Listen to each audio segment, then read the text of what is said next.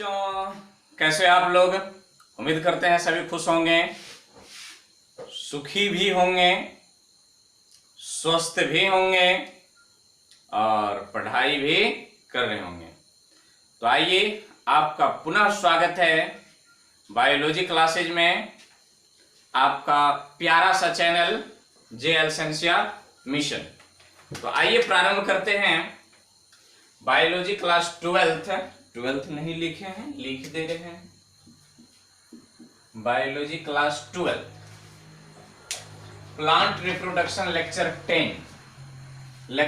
10 जो आज है ये इनकॉम्पेटिबिलिटी पर आधारित है। नहीं समझ में आया क्या है इनकॉम्पेटिबिलिटी? नहीं, आइए एनसीईआरटी में जो आपको लिखा हुआ मिलेंगे एन आउटब्रीडिंग डिवाइस, फिर समझ में नहीं आया।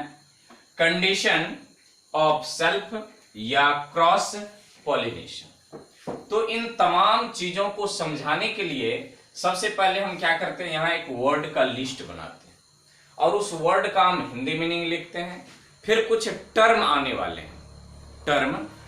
वाले हैं, इसको समझने के लिए उस टर्म को जानना जरूरी है।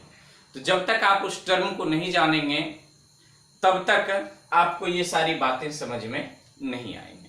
तो सबसे पहले हम लोग वही काम कर लें, उस टर्म को जान लें, क्या टर्म है, इन सब की मीनिंग क्या होती है, इसको समझ लें, फिर देखते हैं। तो आज का लेक्चर जो है ये बेस्ट लेक्चर होने वाले हैं बायोलॉजी के, तो अंत तक बने रहेंगे और एक एक चीज को बारीकी से आप समझ करके जाएंगे। यदि यहां नहीं समझें तो फिर नहीं समझें, देख लीजिए। तो इनको हेडिंग दे दीजिए आप एक बार, और फिर इनको हम मिटाएंगे और यहाँ एक वर्ड का लिस्ट बनाएंगे, उसका हिंदी मीनिंग लिखेंगे, फिर आप उसको लिख लेंगे। फिर उसके बाद कुछ टर्म को डिफाइन करेंगे, जो अपरिचित टर्म, जिस टर्म से आप परिचित नहीं है वैसे टर्म को यहाँ पर हम पहले डिफाइन करेंगे और फिर इनकी व्याख्या करेंगे। तो फटाक से इसका स्क्रीनशॉट ले लीजिए। चलिए ले लिए होंगे 1 2 3 4। अब इनको हम कर रहे हैं मिटांग। अब फिर से लिखते हैं यहाँ पर टर्म। तो देख लीजिए क्या आता है। इत्मीनान से धीरे धीरे इसको समझते जाइए। टॉपिक थोड़ा वास्ट है, थोड़ी देर के हैं, ज्यादा समय नहीं लेंगे, फिर भी इसको समझना आवश्यक है। ये कंडीशन है। इससे पहले हम लोग देखे थे कि सेल्फ पॉलिनेशन और क्रॉस पॉलिनेशन, सेल्फ पॉलिनेशन और क्रॉस पॉलिनेशन के कंडीशन को हम लोग देखे थे। वहां पर लिखा होगा, हेडिंग होगा adaptation for self pollination, adaptation for cross pollination. तो सेल्फ पॉलिनेशन के एडेप्टेशन और क्रॉस पॉलिनेशन के एडेप्टेशन यदि आप नहीं देखे हैं तो इनको निश्चित देख लीजिए। आपको आई बटन में लिंक दिए जाएंगे सेल्फ पॉलिनेशन के, जस्ट देख लीजिए, आ गए होंगे सेल्फ पॉलिनेशन के। इनके 2 मिनट बाद क्रॉस पॉलिनेशन के लिंक आ जाएंगे आई बटन में। फिर इन दोनों को हम लास्ट में एंड स्क्रीन पर लगा देंगे ताकि आपको खोजने में कोई दिक्कत ना हो। यदि नए हो तो चैनल को सब्सक्राइब भी कर लेंगे, और पुराने हैं तो वीडियो के एक बार लाइक वाला बटन को दबा देंगे, कुछ कमेंट कर देंगे, बढ़िया लग रहा है कि नहीं लग रहा है। तो आइए स्टार्ट करते हैं हम लोग। तो देखिए क्या स्टार्ट कर देंगे। सबसे पहले टर्म लिखते हैं यहाँ पर, कॉम्पैटिबिलिटी। पहला टर्म कॉम्पैटिबिलिटी, दूसरा इसी से मिलता जुलता इनकॉम्पैटिबिलिटी।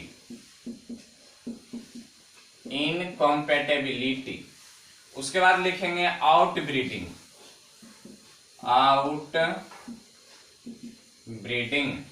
फिर उसके बाद लिख लें डिवाइस के बाद लिखेंगे इंटर, और उसके बाद लिखेंगे इंट्रा, फिर उसके बाद लिख लेते हैं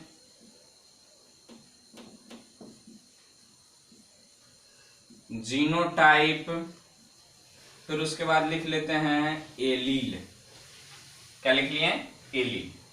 अब जरा देखते हैं इस सबका मीनिंग क्या होता है। Compatibility, outbreeding device, inter, intra, हाँ, तो सबसे पहले कंपैटिबिलिटी का मीनिंग हो जाता है यहां पर संगति या अनुकूलन या अनुकूल। क्या कहते हैं? संगति, या इसी को क्या कहते हैं? अनुकूल। संगति या अनुकूल। इनकम्पैटिबिलिटी का मतलब विसंगति, या इसको क्या कहेंगे हम लोग? प्रतिकूल, जो आपके योग्य ना हो। आउटब्रीडिंग का मतलब होता है बाह्य प्रजनन। बाह्य प्रजनन। डिवाइस का मतलब हो जाता है युक्ति। इंटर का मतलब होता है इंटर स्पेसिफिक लिखा हुआ है। इंटर का मतलब होता है अंतर। इंटर का मतलब क्या हो जाएगा? अंतर। इसका मतलब क्या हो जाएगा? अंतः। अंतर। जरा इन दोनों टर्म को जानिए। कहीं पर आपको लिखा था, गांव घर में देखे होंगे, लिखा रहता है इंटर कास्ट। Inter caste. यहां पर लिखते हैं, जैसे समझाने के लिए लिख रहे हैं, इंट्रा कास्ट। इंटर कास्ट और इंट्रा कास्ट का मतलब क्या होता है? इंटर कास्ट जैसे ही हो गया, इसको कहते हैं हम लोग अंतर जातीय। याद आ गया होगा, अंतर जातीय कहते हैं इनको। दिखाई दे रहा है यहां तक? अंतर जातीय। इसको हम लोग कहते हैं अंतः जातीय। अंतः जातीय। जब दो लोग शादी करते हैं, सेम कास्ट के हो गए, तो उसको कह देंगे अंतः जातीय, मीन्स इंट्रा कास्ट। और जब अलग अलग जाति के लोग आपस में शादी कर लेते हैं, अलग अलग जाति के इंट्रा कास्ट मैरिज होते हैं। मान लिया जाए कोई क्या है, मंडल कास्ट के हैं, और वो क्या कर लेते हैं कि किसी शाह से या अन्य किसी जाति से क्या कर लेते हैं, शादी कर लेते हैं। तो उस शादी को हम लोग क्या कहते हैं? अंतर जातीय शादी। आजकल गवर्नमेंट इसको बड़ी बढ़ावा दे रहे हैं, नहीं, लेकिन हमारे सामाजिक दृष्टिकोण से ये थोड़ी खतरनाक स्थिति भी है। और यदि देखा जाए जेनेटिक के दृष्टिकोण से, अनुवांशिक के दृष्टिकोण से, या कहिए बायोलॉजी के दृष्टिकोण से, तो ये फिर सही है, आवश्यक है। ये इनकी आवश्यकता नहीं है। तो ऐसी बात नहीं कि वीडियो के माध्यम से उनको बढ़ावा दे रहे हैं, अन्यथा में नहीं लेंगे। यहां बता रहे हैं कि इंटर अंतर, इंट्रा अंतः, तो ये सारी बातें हो गई। फिर जीनोटाइप। जीनोटाइप का मतलब होता है अंतः गुण। अंतः गुण। ये गुण कैसा है? दिखाई नहीं पड़ता। जीनोटाइप जैसे ही लिखा हुआ कहीं मिले तो समझ लेंगे ये क्या है, अंतः गुण है। अंतः गुण आपको दिखाई नहीं पड़ेंगे। कैसे दिखाई नहीं पड़ेंगे? आप बाहर से तो आप देख लेंगे व्यक्ति गोरा है, काला है, चित्ता है, उजला है, सफेद है, ब्लैक है, पीला है, लाल है, नीला है इत्यादि। बाल है, घना है, बाल नहीं है, नायक के जैसे हैं, वगैरह वगैरह वगैरह वगैरह। टीक लंबा है, तो ये बाहर से आप देख लेंगे, लेकिन मेरे आंतरिक संगठन को आप नहीं देख सकते हैं। जैसे कि मेरा ब्लड ग्रुप क्या है, पता है? नहीं ना। आपका ब्लड ग्रुप क्या है, पता है? नहीं ना। लेकिन आपका चेहरा कैसा है, आप अच्छे हो, ब्यूटीफुल हो, हैंडसम हो, ये सारे चीज दिखाई देते हैं। एकदम बाल का जो कटिंग किया है 3 स्टेप में, सीढ़ी दर सीढ़ी इत्यादि, ये सब बाह्य गुण है। आप कैसे वस्त्र पहनते हैं, बाहर से दिखाई पड़ने वाले गुण। वस्त्र को तो छोड़िए, आपके कलर कैसे हैं, आपके कान मुड़ा हुआ है, आपके नाक खड़ा है, नाक चिपा हुआ है, आपके दांत सामने हैं, आपके दांत अंदर हैं, आप अच्छे बोलते हैं, ये बाह्य गुण है, बाहर से दिख जाने वाला गुण। लेकिन यदि उस व्यक्ति की ब्लड ग्रुप के बारे में पता करें, पता नहीं। उसके अंदर कौन कौन सी बीमारी है, पता नहीं। तो वो ब्लड ग्रुप उसके अंदर अनुवांशिक मतलब पीढ़ी दर पीढ़ी, बाप से दादा में, दादा से पोता में इत्यादि इत्यादि, कौन कौन से रोग स्थानांतरित हो रहे हैं, इन सारी गुणों को हम लोग अंतः गुण कहते हैं या फिर जीनोटाइप कहते हैं। इस अंतः गुण को क्या कह सकते हैं? आनुवांशिकी स्तर की गुण। किस स्तर की? अनुवान,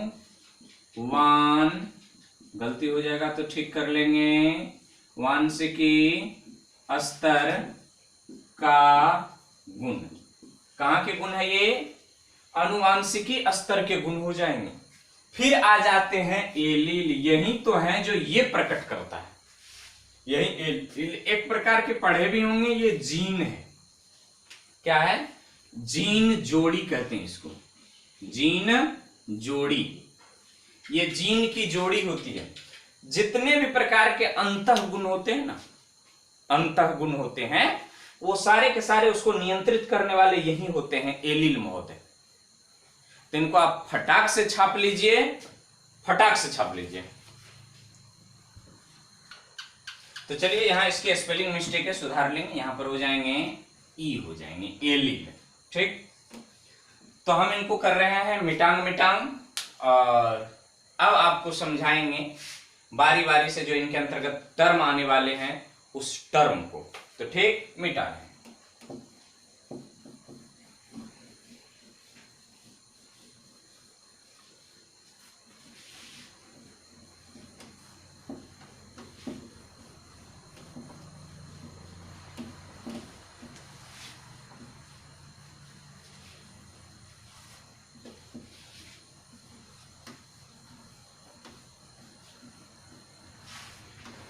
तो चलिए सबसे पहला टर्म जो लिखते हैं हम लोग, वो लिखते हैं गेमिटोफाइटिक।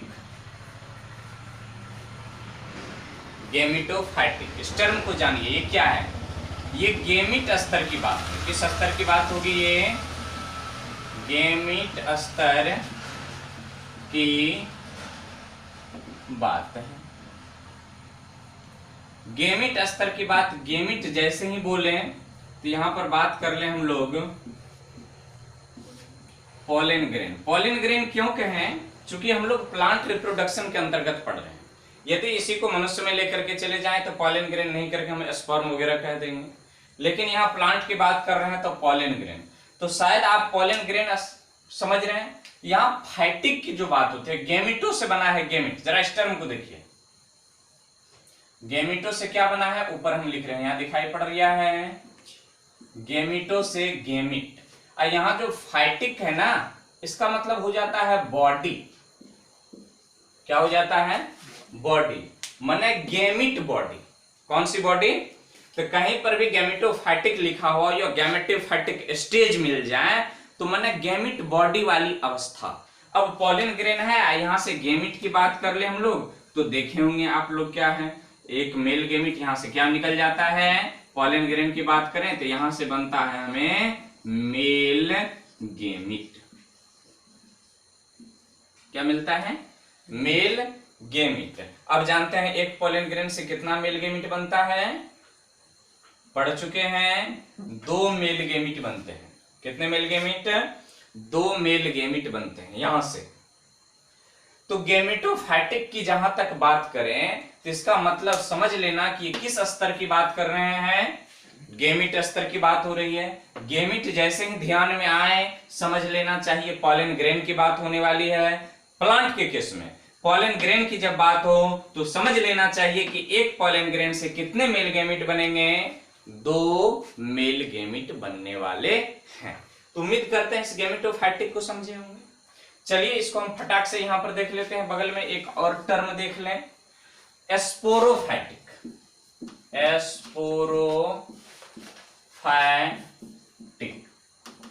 एस्पोरोफाइटिक। फिर यहां से हम क्या करेंगे? एस्पोरो से बना लेंगे अपना, किसकी बात हो रही है? एस्पोर। अब फाइटिक का मतलब क्या हो रहा है? बॉडी। तो यहां से एस्पोरोफाइटिक का मतलब हो रहा है कि ये किस लेवल की बात होगी? एस्पोर स्तर की बात होगी। किस स्तर की?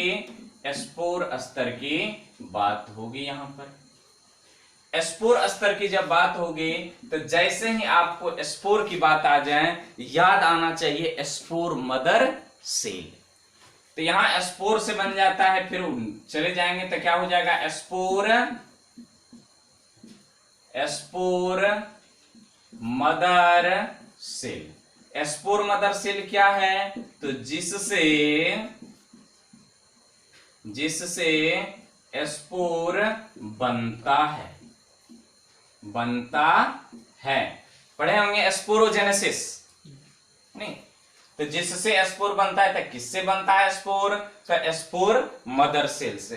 तो जैसे ही स्पोरोफाइटिक फेज की बात करें तो समझ लेना चाहिए कि स्पोर स्तर की बात हो रही है। स्पोर स्तर में मेनली बात होगी किसकी? तो स्पोर मदर सेल की। इस स्पोर मदर सेल में मियोसिस डिवीजन होता है, तब जाकर के क्या बनते हैं? स्पोर बनते हैं। तो स्पोर जो बनकर के तैयार हो गया है, उसकी जो एक बॉडी है, एक बॉडी का रूप लिया है, उसी को हम लोग क्या कहते हैं? स्पोरोफाइटिक।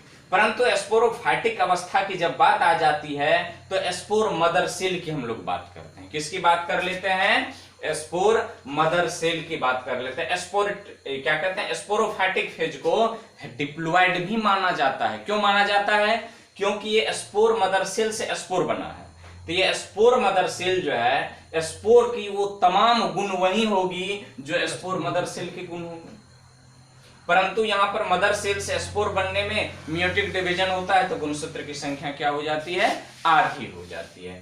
तो ये दो बातें आपको समझ में आए होंगे। फटाक से स्क्रीनशॉट ले लीजिए। तो चलिए, इनको छाप लिए होंगे, नहीं छापे हैं तो फटाक से स्क्रीनशॉट ले लीजिए। इनको मिटा रहे हैं। तो दो बातें समझ में आई, किन किन स्तर की हम लोग बात करेंगे। तो चलिए,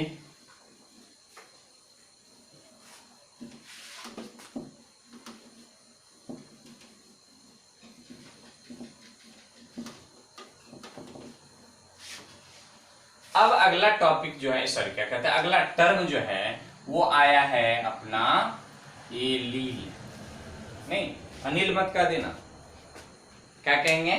एलील। एलील है ये, एलील। बायोलॉजी जो है ना, एक जटिल विषय भी है, एक सरल विषय भी है, सामान्य विषय भी है, दैनिक जीवन से जुड़ा हुआ विषय है, पर हम उसे समझ नहीं पाते हैं कि आखिर हो क्या रहा है, हमारे अंदर कौन कौन सी प्रोसेस हो रही है। तो अभी तो हम लोग प्लांट के बारे में बात कर रहे हैं। तो प्लांट के प्रोसेस, प्लांट में प्रजनन, प्लांट को बाल बच्चा कैसे हो, प्लांट को बेटा होगा कि प्लांट को बेटी होगी, नहीं, इस सब के बारे में अभी जान रहे हैं। तो प्लांट के बेटा बेटी नहीं होते हैं, प्लांट के केवल औलाद होते हैं, औलाद। तो मनुष्य में भी यही होना चाहिए कि मनुष्य को भी केवल औलाद होनी चाहिए, ना बेटा ना बेटी, सब एक जैसा। तो चलिए, क्या कहते हैं? एलील। एलील क्या है? एलील क्या है? तो यहां पर कहते हैं, फिर लिखेंगे, समझ में नहीं आएंगे। जीनोटाइप को नियंत्रित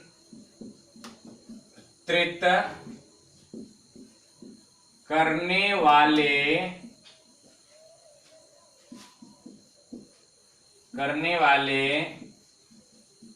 जीन जोड़ी,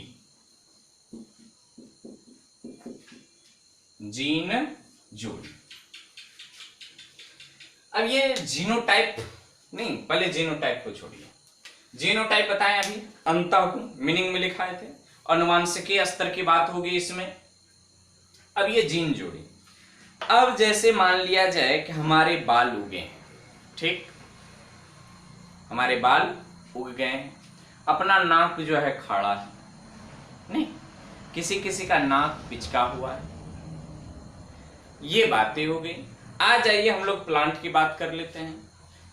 कोई पुष्प जो होते हैं लाल रंग के होते हैं, कोई पौधे जो होते हैं वो लंबे होते हैं, कोई पौधे जो होते हैं छोटे होते हैं। तो पुष्प का लाल होना, पौधे का छोटा होना, पौधों का बड़ा होना, पत्तियां चौड़े चौड़े होना, पत्तियां को सिकुड़ जाना, पत्तियां का पीला पड़ जाना, ये सब एक एक लक्षण ही तो है।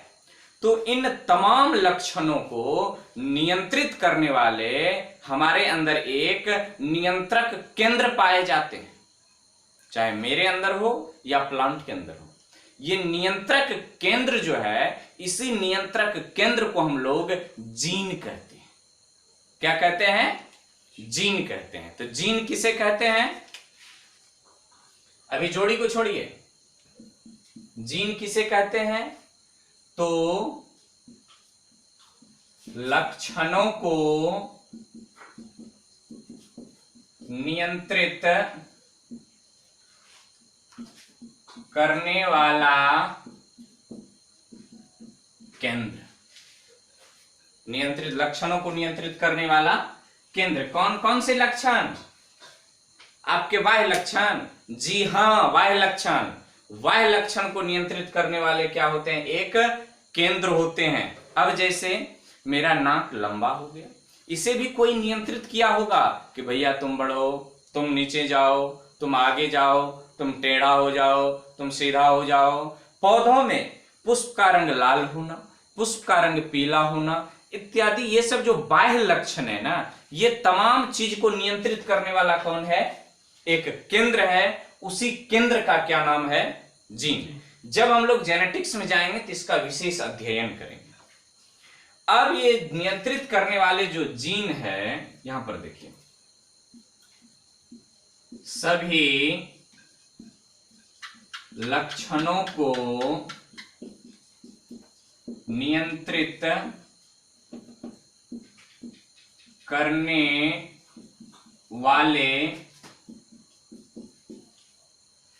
करने वाले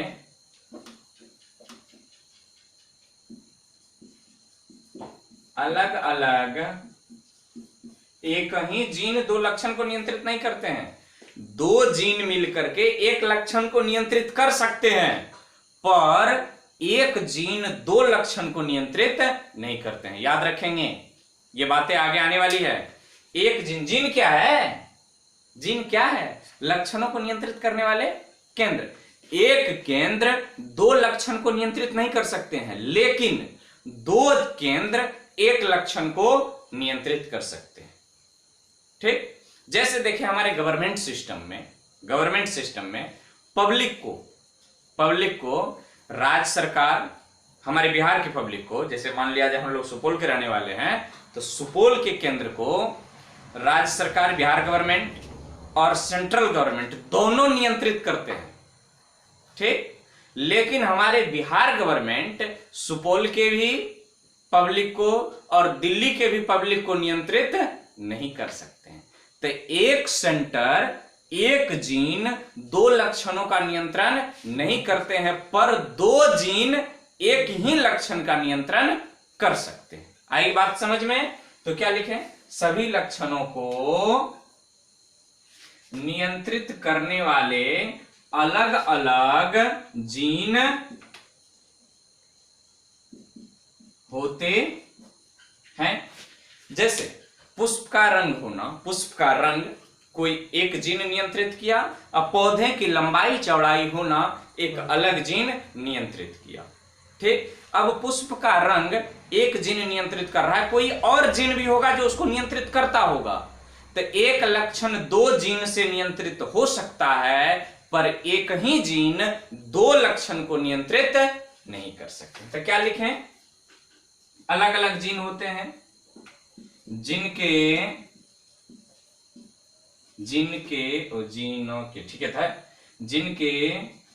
दो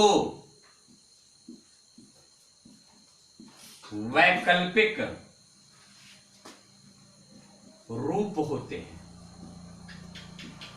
रूप होते हैं,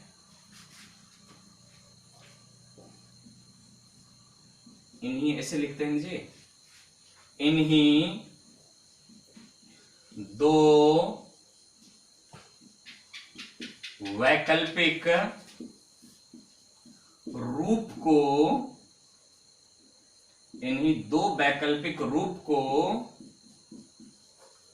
एलील, तो एस लगा देंगे, क्योंकि कितना रूप हो गया? दो, तो यहां पर भी लगा लीजिए एस। इन्हीं दो वैकल्पिक रूप को क्या कहते हैं? एलील्स कहते हैं। अब हमें उम्मीद है कि आपको समझ में आए होंगे। एलील्स किसे कहते हैं? यहां देखिए, जीनोटाइप को नियंत्रित करने वाले जीन जोड़ी, यहां पर पहले लिखें जीन जोड़ी। ठीक, अब जीन क्या है? तो लक्षणों को नियंत्रित करने वाला केंद्र। यहां क्या लिखे? सभी लक्षणों को नियंत्रित करने वाले अलग अलग जीन होते हैं। एक जीन एक ही लक्षण को नियंत्रित करेगा, दो जीन मिलकर के एक लक्षण को नियंत्रित कर सकते हैं, बार बार रिपीट कर रहे हैं, पर एक जीन दो लक्षणों को नियंत्रित नहीं कर सकता। यहां पर देखिए जीन होते हैं, जिनके दो वैकल्पिक रूप होते हैं। वैकल्पिक रूप क्यों? हाँ, वैकल्पिक रूप क्यों? अब जैसे मान लिया जाए अपनी लंबाई की बात कर लें, इनके भी तो दो वैकल्पिक रूप हैं। लंबाई की, हाइट की बात कर लें, नहीं लंबाई की बात कर लें, लंबाई की, तो इनके भी तो दो वैकल्पिक रूप हैं। किन्हीं भी लक्षण के तो दो वैकल्पिक रूप होते हैं। मैं एक सिंपल सी बात करूं, मैं बोलता हूं, इनके भी तो दो वैकल्पिक रूप है। मैं कड़वा बोलता हूं, मैं मधुर बोलता हूं। कितने वैकल्पिक रूप हैं? दो वैकल्पिक रूप हैं। मेरी लंबाई के वैकल्पिक रूप में दिखाता हूं। मैं लंबा हूं, मैं नाटा हूं। मैं लंबा हूं, मैं नाटा हूं। तो प्रत्येक लक्षण के कितने वैकल्पिक रूप होते हैं? दो वैकल्पिक रूप होते हैं। पुष्प लाल है, उसी में पुष्प लाल है, पुष्प सफेद है, दो वैकल्पिक रूप। पुष्प पीला है, पुष्प लाल है, कितने वैकल्पिक रूप? दो वैकल्पिक रूप। आपको आगे जेनेटिक्स में ये सारे की सारी डीलिंग मिलेगी, इसलिए बताए थे कि लेक्चर जो होने वाला है ये बेस्ट लेक्चर, समझने वाली बात है। यहां पर समझिए। अब आपके ब्लड ग्रुप है ना, अंदर की बात करते हैं। सब कोई ब्लड ग्रुप का उदाहरण बार बार क्यों ले रहे हैं? इसलिए कि जनरली लोग समझते हैं, जो थोड़ा पढ़ा लिखा है ना, ब्लड ग्रुप के बारे में जानते हैं। तो ब्लड ग्रुप, आपके भी ब्लड ग्रुप के तो दो वैकल्पिक रूप हैं। आपके ब्लड ग्रुप ए है, वो ए पॉजिटिव है या ए नेगेटिव है? ए पॉजिटिव है या ए नेगेटिव है? आपके ब्लड ग्रुप बी है, बी पॉजिटिव है या बी नेगेटिव है? ये मैं इसलिए कह रहा हूं, यदि कोई बायोलॉजी के जानकार लोग होंगे तो अभी जो मैं स्टेटमेंट कहा हूं, इस स्टेटमेंट को सीधा रॉन्ग कर देंगे। और मैं भी कह रहा हूं यह स्टेटमेंट क्या है? रॉन्ग है। ये एलील नहीं है पॉजिटिव और नेगेटिव होना, ये एक अलग प्रकार के जीन है जिसको हम लोग RH फैक्टर कहते हैं। आपको समझाने के लिए बताएं कि किसी एक लक्षण के दो वैकल्पिक रूप होते हैं। तो जीन ब्लड ग्रुप ए है, इसके दो वैकल्पिक रूप क्या है? या तो उस व्यक्ति में ए हो सकते हैं, या फिर उस व्यक्ति के ब्लड ग्रुप ओ हो सकते हैं। या तो उस व्यक्ति में ब्लड ग्रुप ए होना, या तो उसके दोनों जीन जो होंगे ए होंगे, या उसके दोनों में से एक जीन ए होंगे, एक जीन ओ होंगे, मीन्स जीरो, शून्य, कुछ नहीं। ये सही बातें हैं, लेकिन आपको अभी ये बातें समझ में नहीं आएगी।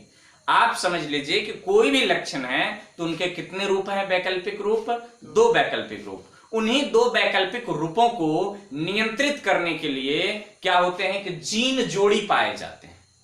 उसी जीन जोड़ी को हम लोग क्या कहते हैं? एलील्स कहते हैं। यहां देखिए ना, स्पेसिफिक जीन होते हैं, जिनके दो वैकल्पिक रूप होते हैं। इन्हीं दो वैकल्पिक रूप को क्या कहते हैं? एलील्स कहते हैं। उम्मीद करते हैं आपको एलील्स समझ में आए होंगे। एलील्स केवल टर्म अल्टर है, लेकिन समझने की जरिया सही है। तो फटाक से इनको नोट कर लीजिए, उसके बाद फिर अगला टर्म। तब इनको मिटा रहे हैं, और जो अपना टॉपिक है एन आउटब्रीडिंग डिवाइस, बाह्य प्रजनन युक्ति, बाह्य प्रजनन युक्ति। ये इनकम्पैटिबिलिटी जो है ना, ये बाह्य प्रजनन युक्ति है। कैसे हैं जरा इनको अभी बताते हैं, कैसे हैं ये बाह्य प्रजनन युक्ति। तो सबसे पहले कंपैटिबिलिटी जान लें, उसके बाद हम लोग जानेंगे इनकम्पैटिबिलिटी। नहीं, जैसे पिछले रोज भी कई वीडियो में कहते आए हैं कि किसी दुकान में जाते हैं, लिखा रहता है शुद्ध घी, इसका मतलब उसके दुकान में क्या है? अशुद्ध घी भी है।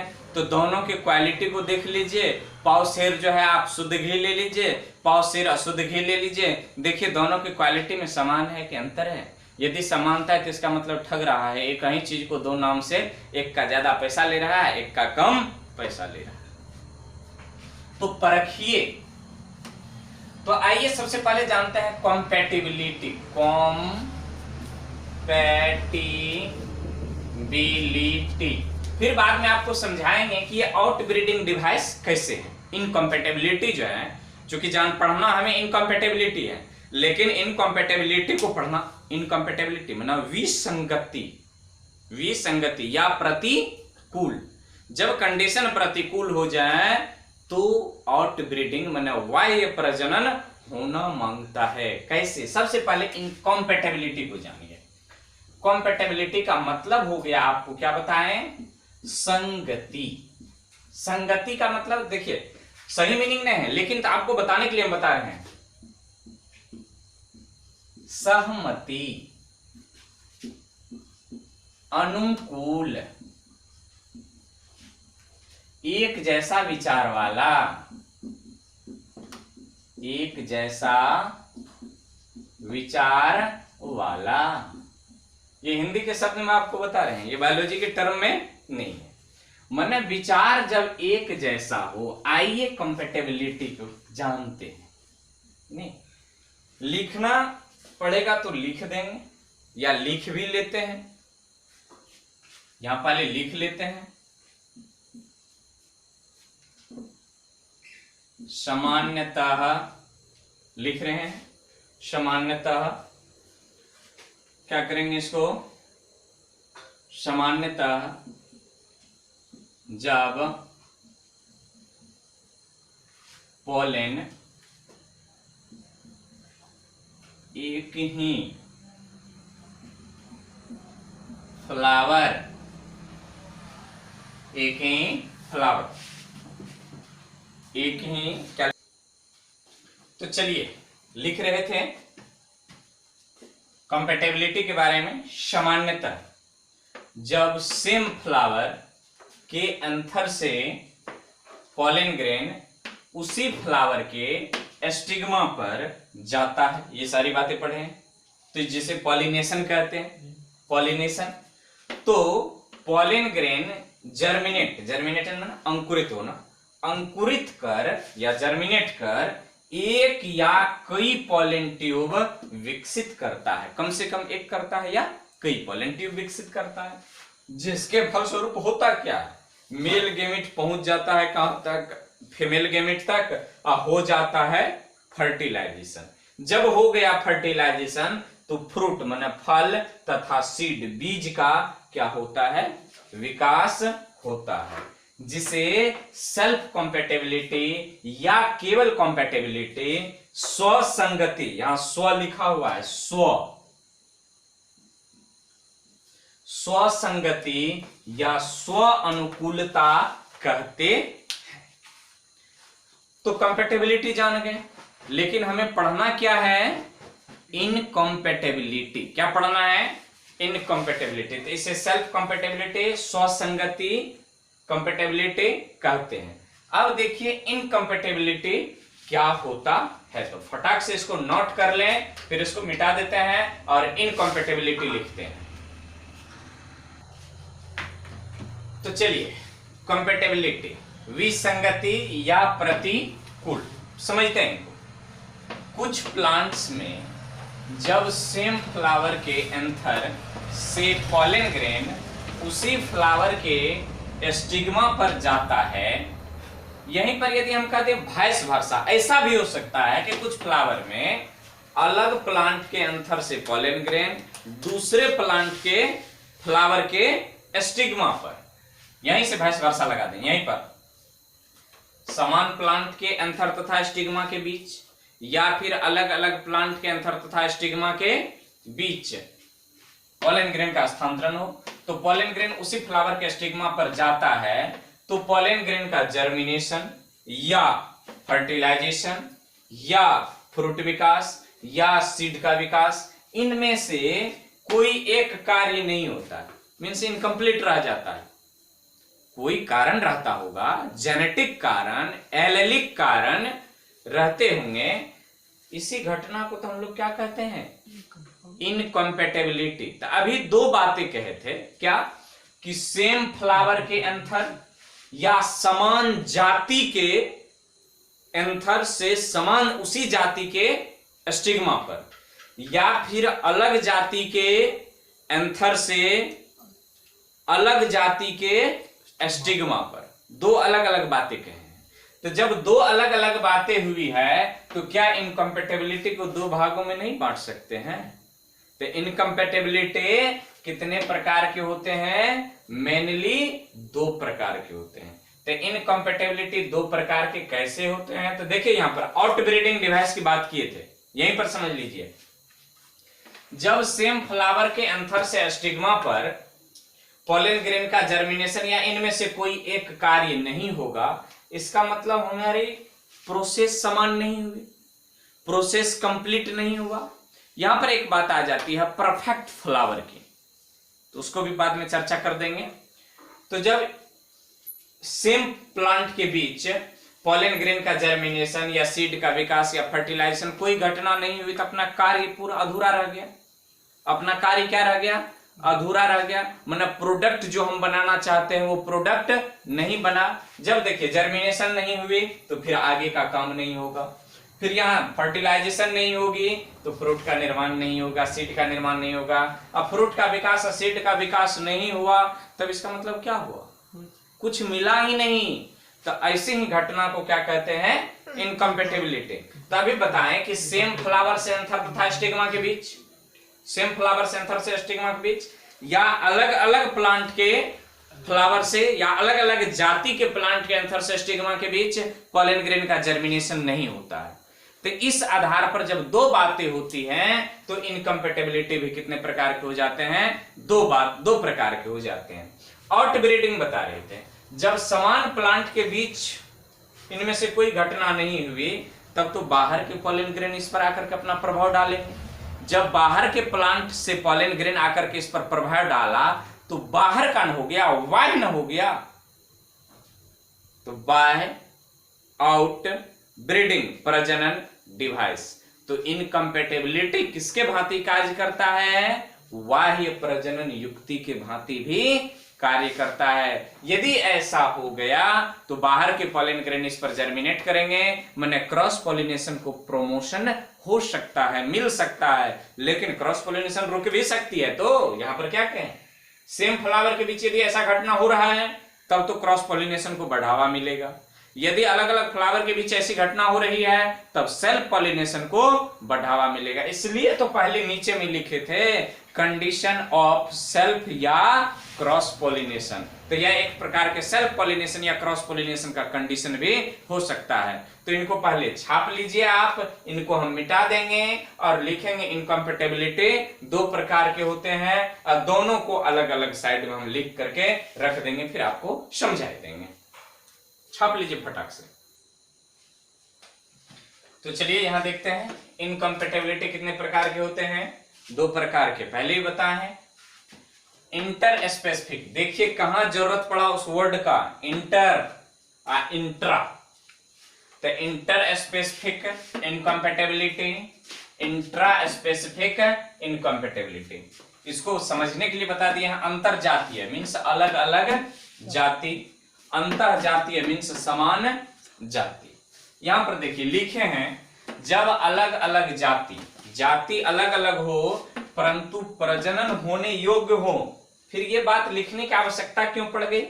अलग अलग जाति कह देने से क्या हो जाता है ना, कभी कभी आप लोग ये भी समझ लेंगे कि कुल भी अलग हो जाए। कुल समान होनी चाहिए। जैसे अलग अलग जाति एक अलग हो और कुल एक ही हो। बात कर लें जैसे आम, मैंगो आजकल सीजन है, तो एक आ जाता है मालदा, नहीं एक हो जाता है बम्बई। आखिर दोनों आम है, इनके कुल एक हैं, फैमिली एक है, परंतु ये जाति अलग अलग है। तो अलग अलग जाति हैं तो इनके बीच प्रजनन हो सकती है। लेकिन आप क्या समझ बैठते हैं? जाति अलग का मतलब क्या समझ बैठते हैं? एगो आम है और दूसरा कटहल है।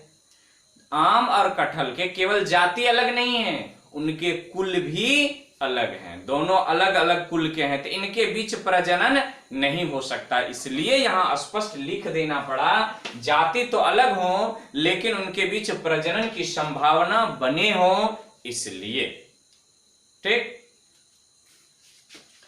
तो अलग अलग जाति परंतु प्रजनन हो। तो यहां तक इसको कोष्ट में समझने के लिए, जब अलग अलग जाति के प्लांट्स के फ्लावर का पॉलन ग्रेन दूसरे जाति के फ्लावर के स्टिग्मा पर जर्मिनेट या फर्टिलाइजेशन नहीं करता है तो उसे इंट्रा स्पेसिफिक इनकम्पेटिबिलिटी कहते हैं। यहां देखिए, यह स्वतंत्र क्रॉस फर्टिलाइजेशन, इनसे पहले हम लोग पॉलिनेशन पढ़ रहे थे, ये सब तो पॉलिनेशन होने के बाद की घटना है। ये pollination means pollen grain anther से स्टिग्मा पर गया, ये पॉलिनेशन हो गया। तो यहां तो जा रहा है, पॉलिन ग्रेन स्टिग्मा तक पहुंच रहा है, लेकिन उसके बाद जो पहुंचने के बाद जो पॉलिन ग्रेन की जर्मिनेशन होती है, फर्टिलाइजेशन होती है, पॉलिन ट्यूब का निर्माण होता है, ये तमाम बातें तो पॉलिनेशन के बाद की बातें, इसलिए यहां पर क्या लिखे हैं, फर्टिलाइजेशन। तो यह क्या करता है, स्वतंत्र क्रॉस फर्टिलाइजेशन को रोकता है। आइए अंतः जातीय माने समान जाति, जब समान जाति के सेम फ्लावर या अलग अलग फ्लावर, क्यों लिखें, ऐसा क्यों लिखें, अब जैसे मान लिया जाए कि आपके यहाँ गुलाब का पौधा है, गुलाब में एगो पुष्प है, एगो पौधा उसमें एगो पुष्प है, और उसी पुष्प में स्टिग्मा है, उसी पुष्प में एंथर भी है, तो वहीं से पॉलन ग्रेन उसी फ्लावर में चला गया। जाति तो एक ही है, फ्लावर भी एक ही है, समान जाति सेम फ्लावर या अलग अलग फ्लावर मीन्स ये भी एक गुलाब का पौधा है, ये भी उसी गुलाब का पौधा है, माने प्लांट भी अलग है, फ्लावर भी अलग है, क्या जाति भी अलग है? नहीं, जाति अलग नहीं है। इसलिए लिखना पड़ गया कि जब समान जाति के सेम फ्लावर या अलग अलग फ्लावर के pollen grain same flower means उसी फ्लावर या दूसरे प्लांट माने उसी जाति के समान जाति के स्टिग्मा पर पड़ता है पर जर्मिनेट या फर्टिलाइजेशन नहीं करता है तो उसे इंट्रा स्पेसिफिक इनकम्पेटिबिलिटी कहते हैं। यह स्वतंत्र फर्टिलाइजेशन को रोकता है, इसे आउटब्रीडिंग डिवाइस भी कहते हैं। याद कीजिए, हेडिंग दिए थे तो आपसे पूछ सकता है आउटब्रीडिंग डिवाइस कौन है, इसका एक नाम और बताएं। ये समान जाति के बीच में नहीं हो रहा है तो इसको हम लोग सेल्फ इनकम्पेटिबिलिटी कह दें। नहीं, यदि इनको आप छाप लिए हो तो हम यहां पर इसको मिटा करके लिखेंगे, इसे सेल्फ इनकम्पेटिबिलिटी भी कहा जाता है। तो फटाक से इसका स्क्रीनशॉट ले लीजिए। 1 2 3 4 5 या वीडियो को रोक करके लिख लीजिए। तो चलिए यहां हम एक लाइन लिखेंगे इसको मिटा करके, इसी को आउटब्रीडिंग डिवाइस कहते हैं।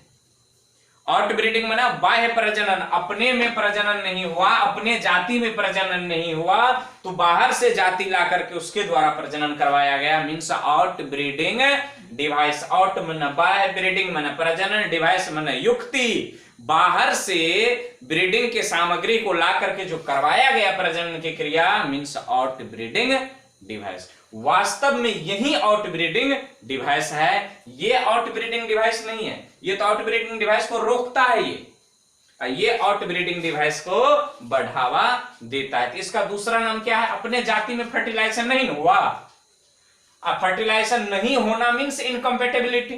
तो क्या इसको हम सेल्फ इनकम्पेटिबिलिटी कह दें? तो यहां लिखते हैं सेल्फ इनकम्पेटिबिलिटी, इसे लिख लीजिए फटाक से नोट करके, इसे सेल्फ इनकम्पेटिबिलिटी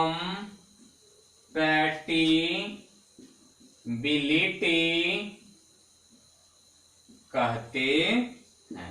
सेल्फ इनकम्पेटिबिलिटी भी कहते हैं या कहते हैं, लिख लीजिए, इसे सेल्फ इनकम्पेटिबिलिटी भी कहते हैं। अब जेनेटिक्स के आधार पर, किसके आधार पर? जेनेटिक्स के आधार पर सेल्फ इनकम्पेटिबिलिटी को दो भागों में बांटा गया है। तो हम इनको मिटाएंगे, फिर उसी तरह से इन दोनों भागों को अलग अलग लिखेंगे, फिर आपको समझा देंगे। अच्छा है ना तरीका? हाँ, तो इसको पहले लिख लीजिए, सेल्फ इनकम्पेटिबिलिटी। उम्मीद है लिख लिए होंगे, नहीं लिखे हैं तो देख लीजिए, लिख लिए होंगे। अब इनको हम मिटाते हैं, अब फिर लिखेंगे, क्या लिखेंगे? सेल्फ इनकम्पेटिबिलिटी दो प्रकार के होते हैं। सेल्फ इनकम्पेटिबिलिटी का दूसरा नाम क्या हो सकता है? Intra specific incompatibility. इसी का और एक नाम क्या है? Outbreeding device. तो याद रखेंगे इन शब्दों को। चलिए,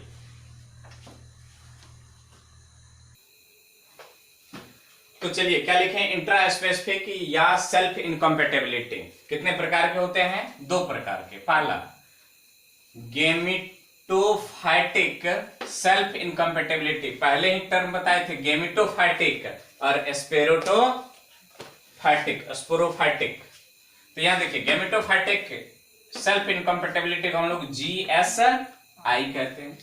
इस प्रकार के सेल्फ इनकम्पेटेबिलिटी समझ रहे हैं, सेल्फ इनकम्पेटेबिलिटी भी समझ रहे हैं, में इनकम्पेटेबिलिटी का नियंत्रण S जीन के द्वारा होता है। ये जीन मान लिया, उस जीन का क्या नाम रख दिया? S जीन के द्वारा होता है, जिसका कई एलील, पहले बताए थे कि 2 अल्टरनेटिव फॉर्म होते हैं, लेकिन यह S जीन जो है इनके कई अल्टरनेटिव फॉर्म है, जैसे S1 S2 S3 dot dot dot होते हैं। पोलन ग्रेन जिसमें S एलील पाए जाते हैं वे वैसे कार्पेल मीन्स पिस्टिल या गाइनेसियम जिसमें ओवरी होता है, स्टिग्मा होता है, एम्ब्रियोसेक होते हैं जिसमें फीमेल गेमिट होते हैं, वहीं कार्पेल। तो क्या लिखें, वे वैसे कार्पेल पर क्रियाशील मतलब प्रभाव डालता है, जर्मिनेट करता है, फर्टिलाइज करता है, फ्रूट का विकास करता है, तब ना क्रियाशील कहेंगे।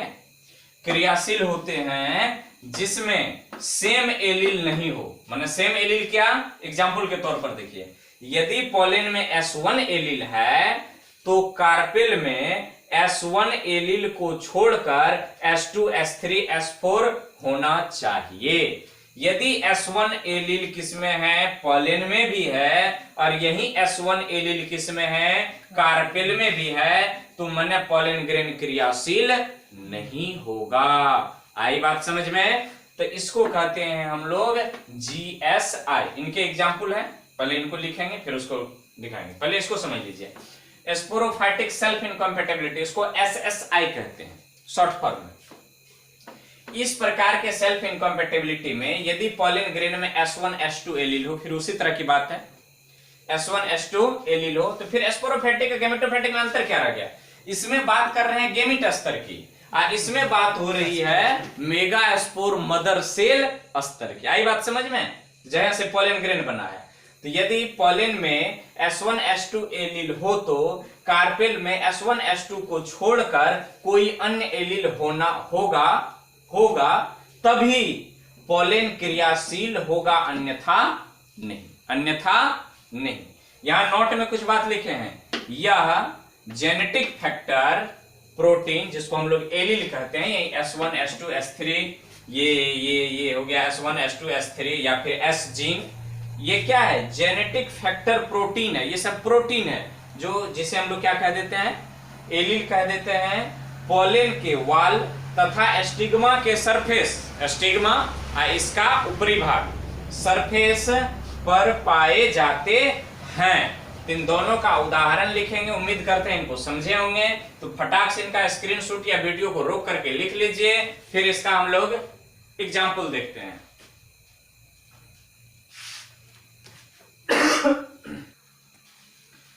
तो अब देख लीजिए GSI का एग्जाम्पल, पोएसी फैमिली में जैसे आ जाते हैं दलहन वाला, मटर वगैरह हो गया, तो मटर, लिलिएसी, ये सब फैमिली का नाम है, फैमिली का। लिलिएसी जैसे धनिया वगैरह आ जाते हैं मसालेदार, सोलेनेसी सनफ्लावर वगैरह आ जाते हैं इसमें। तो ये 3 एग्जाम्पल इसके हैं जिसमें GSI पाए जाते हैं। इस तरफ आइए SSI में ब्रासिकेसी, ये सरसों वाला फैमिली है, और ये एस्टेरेसी, ये फैमिली का एग्जाम्पल तो जानते नहीं है परंतु इनके जानते हैं, ये सरसों मस्टर्ड वाले हैं ये एस्टेरेसी है। तो ये 2 फैमिली इनके उदाहरण हैं और 3 फैमिली इनके उदाहरण हैं। तो उम्मीद करते हैं इनको छाप लिए, फटाक से स्क्रीनशॉट ले लीजिए, 1 2 3 4। तो इनको आप छाप लिए होंगे, और सेल्फ इनकम्पेटेबिलिटी जो है या आउटब्रीडिंग डिवाइस जो है यहीं पर समाप्त होता है। तो उम्मीद करते हैं आप इनको बेहतर ढंग से समझे होंगे। यदि आपको समझ में आए हो, नए हो तो चैनल को सब्सक्राइब कर दें। यदि वीडियो समझ में आ गए हो तो इनको लाइक कर दीजिए, दोस्तों में शेयर कर दीजिए, ताकि वो भी इनको समझ जाएं। तो आज लेंगे हम आपसे विदा, लेकिन जाते जाते बता दें, जब अगले लेक्चर में आएंगे, लेक्चर 11 में आएंगे, तो हम लोग फर्टिलाइजेशन की बातें करेंगे। तो फर्टिलाइजेशन के बारे में पढ़ेंगे। तो अगले रोज आप पढ़ करके आएंगे फर्टिलाइजेशन को। तो आज की कहानी यहीं तक, फिर मिलेंगे अगले एपिसोड में। तब तक के लिए शुभ विदा, खुश रहें, सुखी रहें, घर में रहें, सुरक्षित रहें और अपनी पढ़ाई करते रहें। जो बच्चे नीट के हैं उनके लिए यहाँ से भी क्वेश्चन बनता है। धन्यवाद।